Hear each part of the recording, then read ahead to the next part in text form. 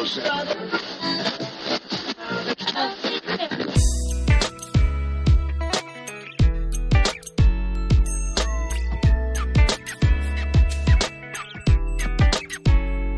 everybody. It's the Pre-Accident Podcast, and I'm Todd Conklin. How are you? I hope you're doing great. Thanks for tuning in. It's always fun to have you, and I miss you when you're not around. You know that, don't you? Yeah, I sit around, kind of mope, stew a little bit. Then when I'm done stewing, I mope again. It's kind of a combination mope, stew, mope thing. Today's a big day, but every day's kind of a big day. Summer's here, and so that's nice. And everything's happening at the speed of light. It seems like you blink your eye and the year is over, and where did it go, and why did it leave? And business is really interesting. I don't know if you're noticing this, but the oil and gas business is suffering a little, which has reduced some of the draw on some of the safety resources around, which is allowing people to sort of look at other places and to go in different directions. And we're going to kind of talk about that today. That's a big part of today's podcast. Today's going to be a fun podcast. You're going to get to listen to a conversation with Corrie Pitzer. Now, if you don't know Corrie, it's time you know him, I guess. But if you do know Corrie, then you know he works with an organization called SafeMap. And SafeMap is a pretty big organization, works a lot in the mining industry, the resource extraction industry, as they call it. And he's worked a lot in automotive, works a lot with other aviation companies. He's around. And Corey's he's interesting. Well, he's interesting for lots of reasons. You'll figure that out pretty quickly. But he's interesting because the way he looks at risk is much different than a traditional safety approach. In fact, he calls it the non-differently safety approach, which is pretty funny. He looks at risk as a competency that workers manage. And I think he's onto something there, and it's worth listening. My life is good. Everything's grand. My great gratitude experiment is still going, although I kind of fell off a little bit. I was a little bit cranky, a little crankier than I should have been, to be really honest, with a customer service person a couple days ago. And now I'm sitting around feeling guilty, and I should have probably practiced my gratitude. Why have these gratitude experiments if you don't stink and go out and do them? That's my theory. But, it's easy to roll back to the old ways, and all of us backslide, and I had a big backsliding event. I could sit and beat myself up, but maybe I shouldn't, although I should be nicer. I find when you're nicer, stuff happens so much better. You know who the most powerful person is in your life? It's that person that you interface with that you need something from. Hotel clerk, a gate agent, an airport. Those people have a tremendous amount of power over the quality of your experience, and all you got to do is be nice. It's really not that hard, but I'm constantly sort of struggling. I have to learn stuff a million times. Other than that, life is grand. Summer's here, and my goodness, where the summer goes, I have no clue. You blink, and it goes away. But while you're hearing this podcast, it's a relatively good bet that I'm going to be on a raft trip on the Green River for several days, with lots of friends. Mark Yeston, you know him. He's been on the podcast. He's a big boater, and so it's kind of like going on a busman's holiday when you go with people who boat all the time. It's pretty luxurious. I'll give you a full report on what it's like and what animals and outdoor experience we had, but it's going to be lots of sleeping on the ground. But that's kind of fun. I like that, and I do it a lot. When you live in this part of the world, New Mexico is a great part of the world. When you live in that whole Four Corners area, the amount of opportunity you have to do cool stuff outdoors and cool stuff culturally is massive. It's massive. And so why not take advantage of it? Other than that, life is grand. I hope you're good. Thanks again for listening. Thanks for subscribing. Tell your friends. That's important as well. And I really think the podcasts are having a lot of value. Certainly, I'm getting a lot of value out of them. I hope you are as well. This one is absolutely going to meet your expectations. If you don't learn something on this podcast, you were not listening. I didn't sound that mean. That probably sounded mean, but I didn't mean to mean. Yeah, there's a lot going on here. And Corey is he's a big part of it. So I just got off the Skype with him. And the Skype, I think the system is getting better. I'm understanding more how to manage Skype audio. I'm learning so much in this little journey we're on. I think you'll find Skype I think you'll find Corey interesting, and on Skype he's very interesting. Not a lot of breakups, and I'll try to tweak those out if I can and make it smooth as silk for you. So without much further introduction, let's move on in today's podcast. This is Corrie Pitzer from Safe Map International. You're going to like him a bunch. Take it away, Corey. Hey, I like your podcasts, man. I'm starting to get into them. How many have you heard? Twice, 2 now. Wow. Who'd you listen to? The one with the lady and gentleman that was... the ORC one. Yes. Yeah, that's a good one. And Deckers. What do you think about Deckers? Yeah, it was that was an interesting one. It wasn't so informative as what he always is. Right. He was, but I think he was also, talking to the right audience, in the sense you can't be too complex and too highfalutin. So I think it was pretty good. I was impressed that he said Just Culture is not a good book to start on, or Safety Differently maybe to advance for someone who's looking for applied uses of this. I thought that was pretty great, actually. Yeah, and that was the message also from the OSC people, is that, okay, we understand the message, we get it. The question, the challenge now is, okay, how do we really proceed from here? How do we really get to the shop floor? And that is a fascinating question. It's the question in a way, don't you agree? Yeah, absolutely. We are very good at running around the edges on this thing and talking almost the philanthropy of the whole thing that we want to do, but I'm not too sure we have a clear cut idea of how to actually put this into the I was looking at the guys today in a room and you think, and this is not in any way derogatory or sounding like a bigot here, but some of those people will never get it. Yeah, and if they don't get it, they're not going to do it. So they need like a recipe. They need a step-by-step thing. Like, this is what you do, and that what they are being told to do will probably need to be, hitting the right buttons. What do you think that step-by-step recipe is? I'd be curious if you had to put it together, what would you put together? Well, that's, how do you put a recipe together to manage something that's complex? Right. Oh, no, that is the question, right? That's exactly the question. So a recipe won't work, but a recipe is absolutely needed, or they won't do it. So you're in a rock and a hard place here. So if there was a first step to a company changing, what would the Corrie Pitzer first step be? The first step would be to get the understanding at the very top of the organization, because that's where it's way off target still.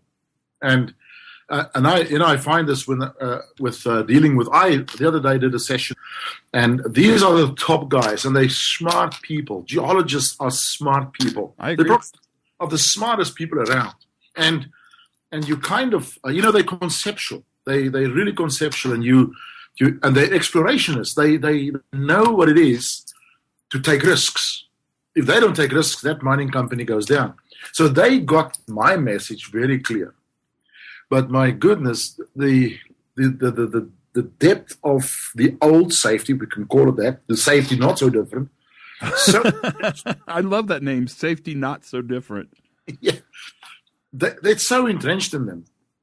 They cannot think out of it. So my question was after that session, if they don't get it, if they don't get it, what is the odds of 3 levels down not getting it? The odds are very, very high that 2 levels down won't get it. And so I'm not too sure. I say we understand, and a lot of people in our circles understand what we're talking about, but it doesn't go from us into the real world. Right. No, it goes to some layer. And it's interesting because one of the challenges people have, and you hear it a lot on this podcast, is that they can't even get access to management. They can't even get management interested in having these conversations. That problem we had in the 1970s already, and we still have it. Yeah. We still walk around and say line management commitment. It's not that anymore. It's a line management understanding, and we're not getting that. So if we can't get access, we do. But most in-house prophets, they don't just get that access. Right. You can't be a prophet in your own country. Yeah. And so I'm a little bit pessimistic. I may sound a little bit pessimistic about this, but somehow there needs to be a breakthrough and a huge breakthrough. The kind of breakthrough that changed. When I'm not sure how much you know the Frank Bird roller coaster. No, tell me. In South Africa, Frank Bird was this this bird triangle guy and great loss control institute guru, an American guy who in 1973, 74, maybe a bit later, he developed this audit system. What is now DNV. He's developed that.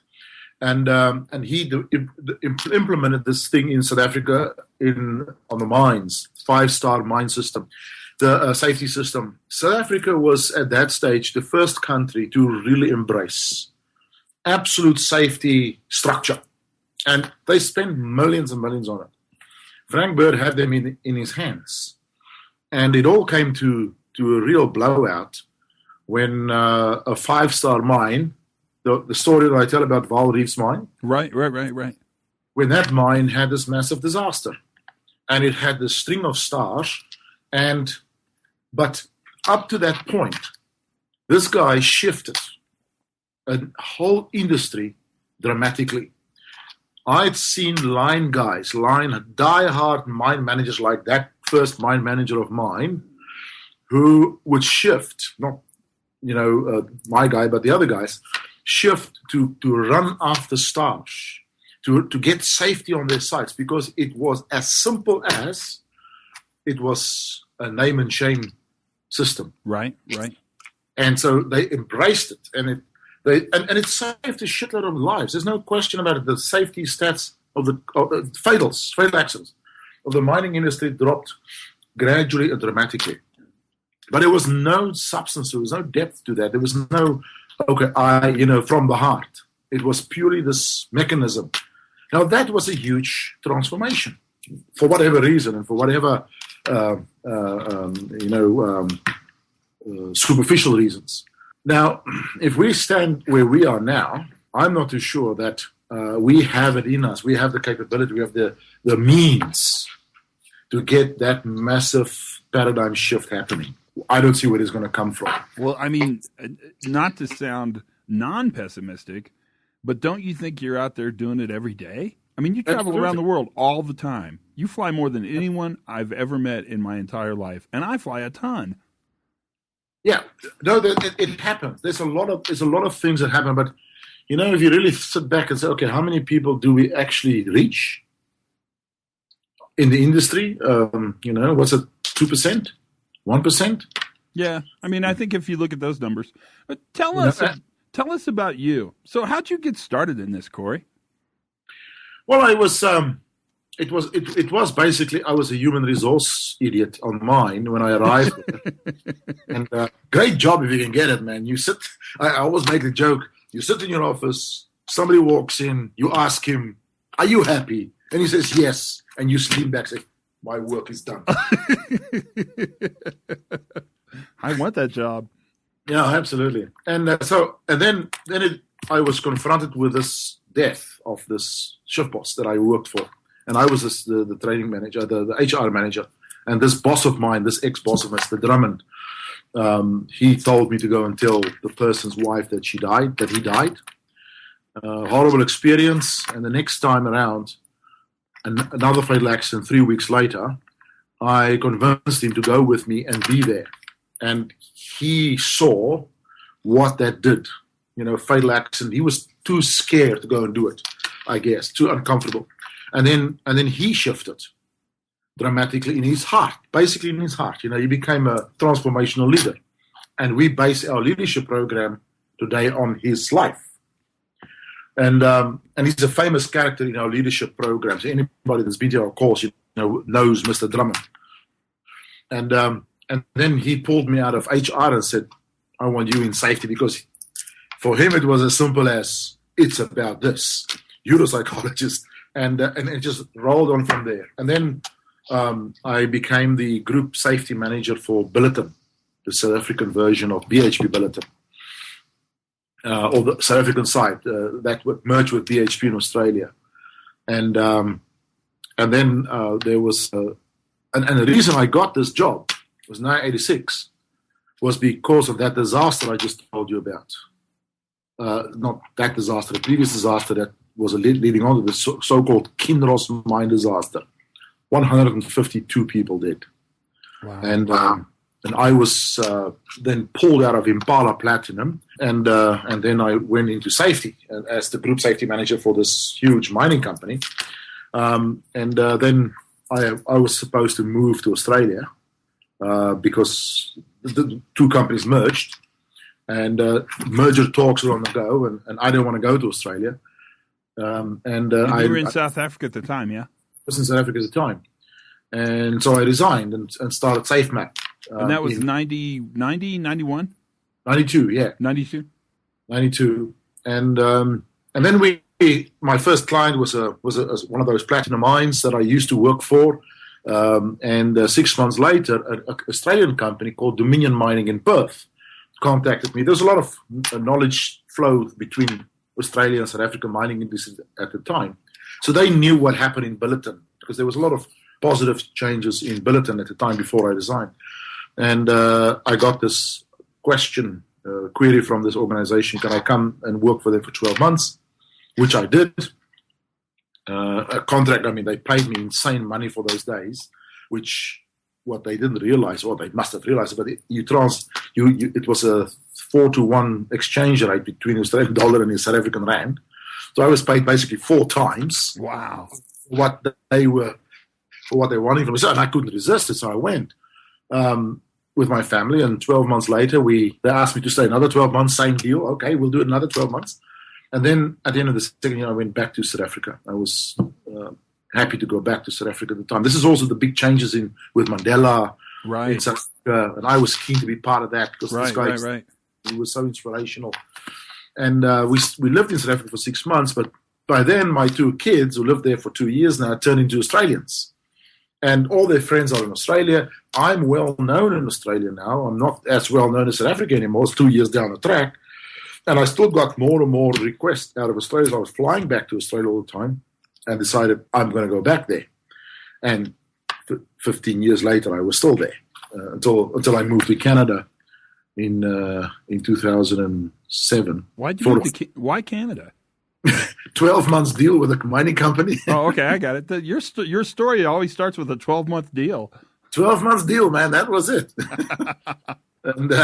And so it was Vancouver. They were based in Vancouver's Gold Corp, one of my clients.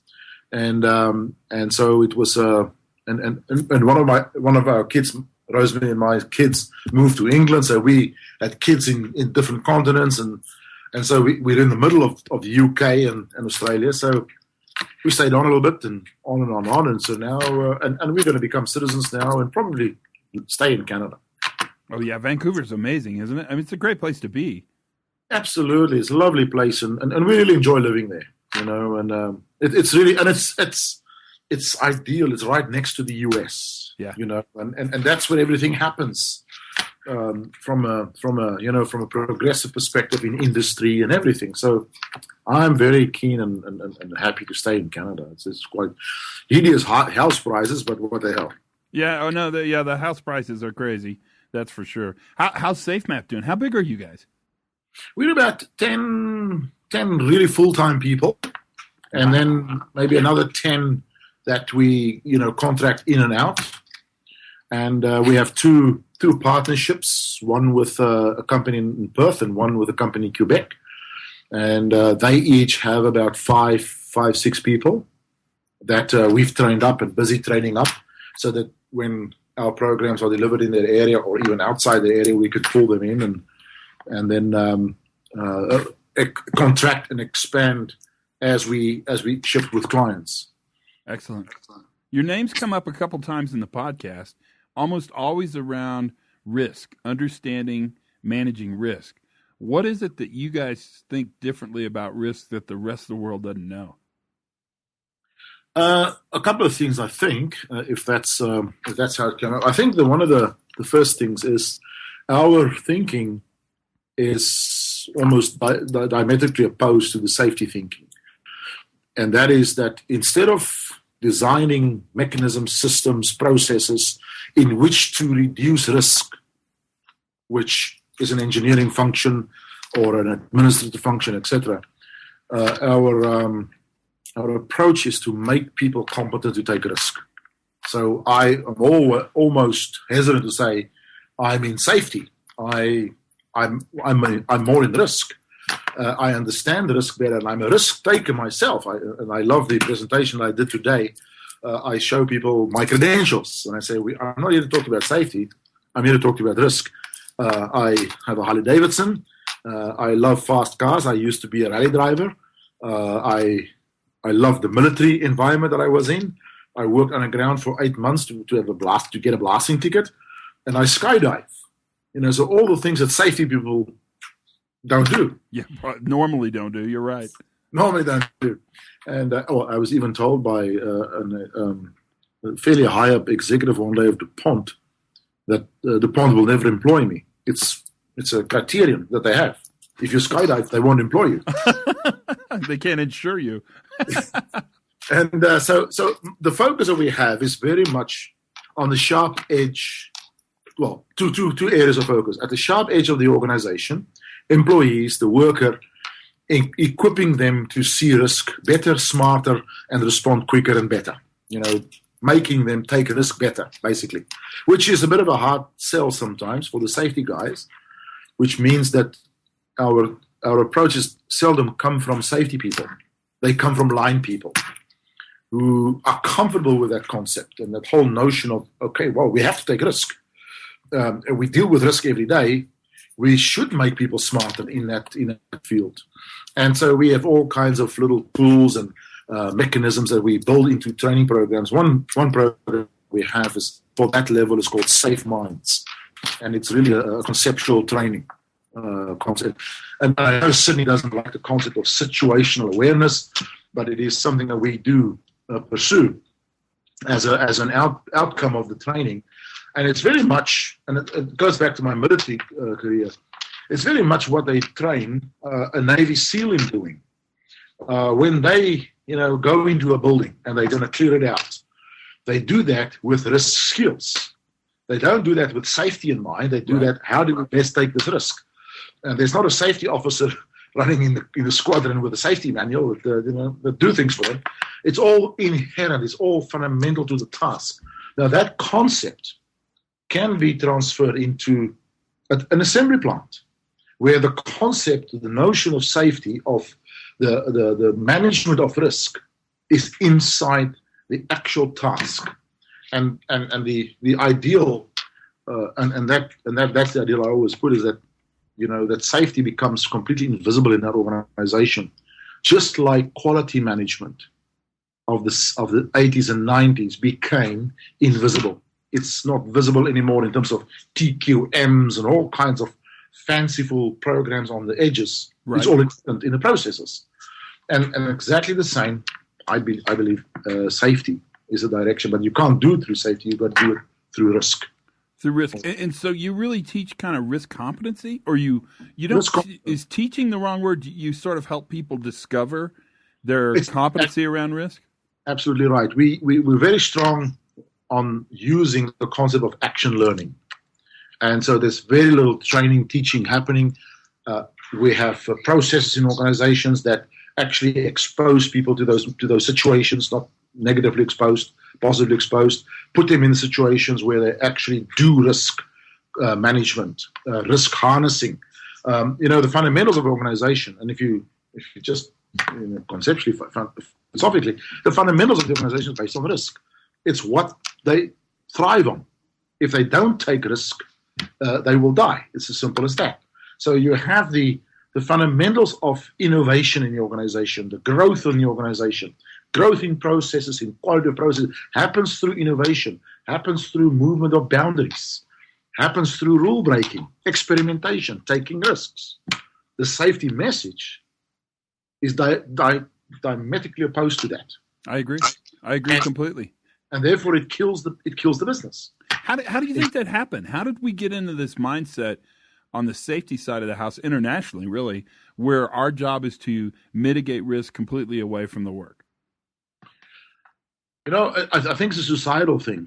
I think it's a societal outcome. It's almost like, a classic example of Easter Island in the 1500s or something, when the Dutch got to Easter Island, they found a society that used to be extremely wealthy, completely destroyed by its own values. Its own values was to build these huge statues, carve them out of rock from quarries, and then they dragged them down on trees. So they chopped all the trees down eventually to drag these massive religious symbols down, which killed them. And they did that because they believed it was the right thing to do. The gods wanted them to do that or whatever. Now, I think we have the same kind of gods, almost the gods of righteousness. Interesting story in Brisbane, Australia, and I have this little article somewhere where, and here's what happened.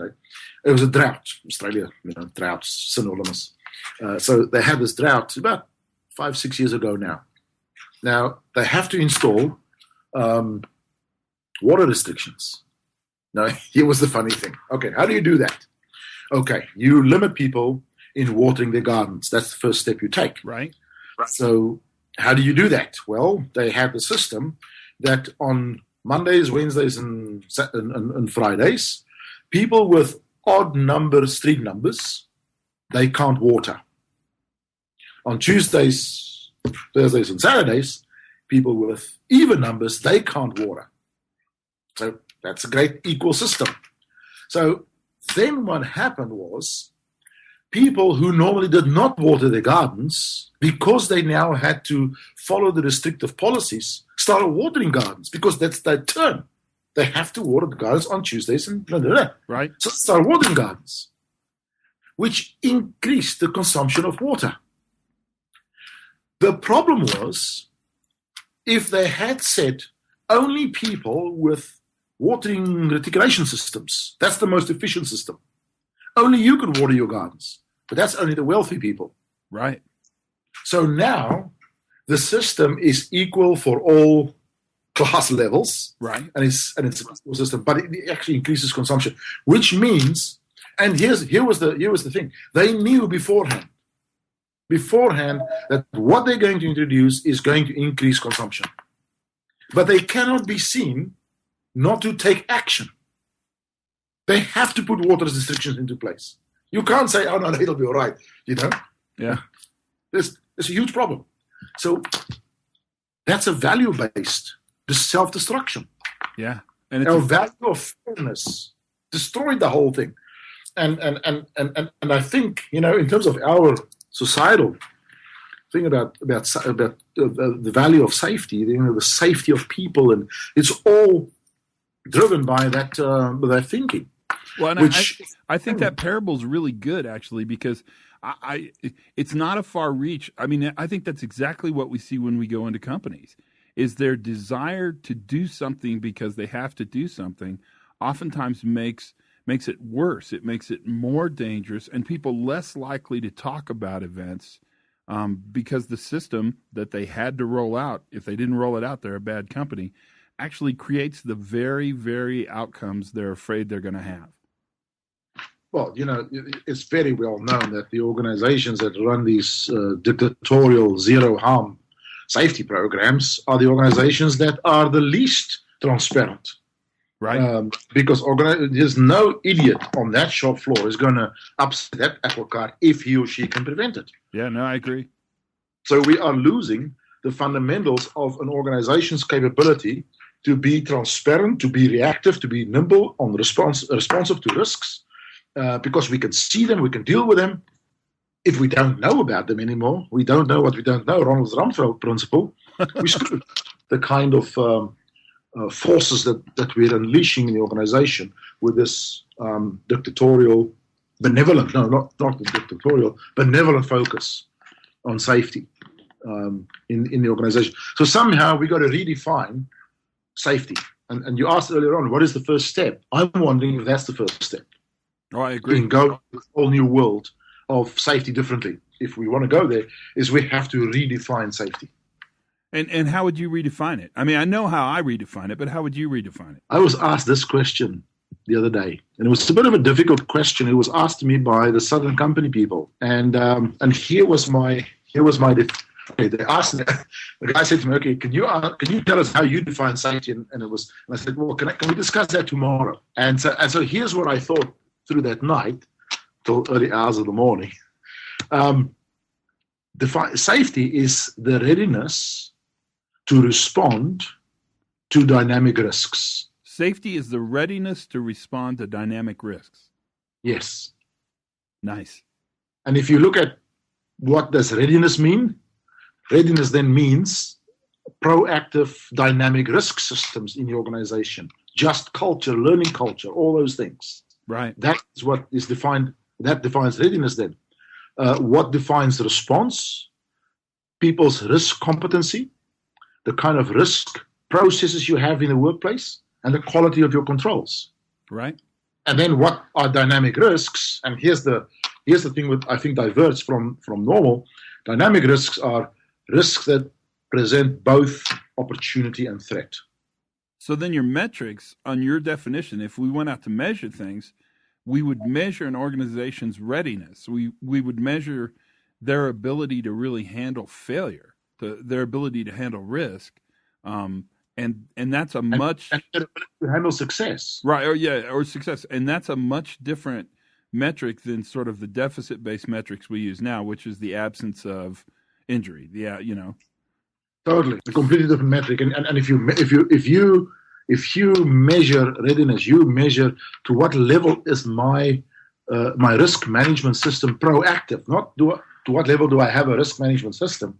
To what level is that system proactive on the ground in the hands of simple people? And I'm not saying that in a negative way.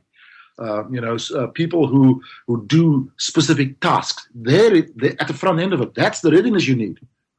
You do need your process safety for sure, your process risk management. But we are so good with that.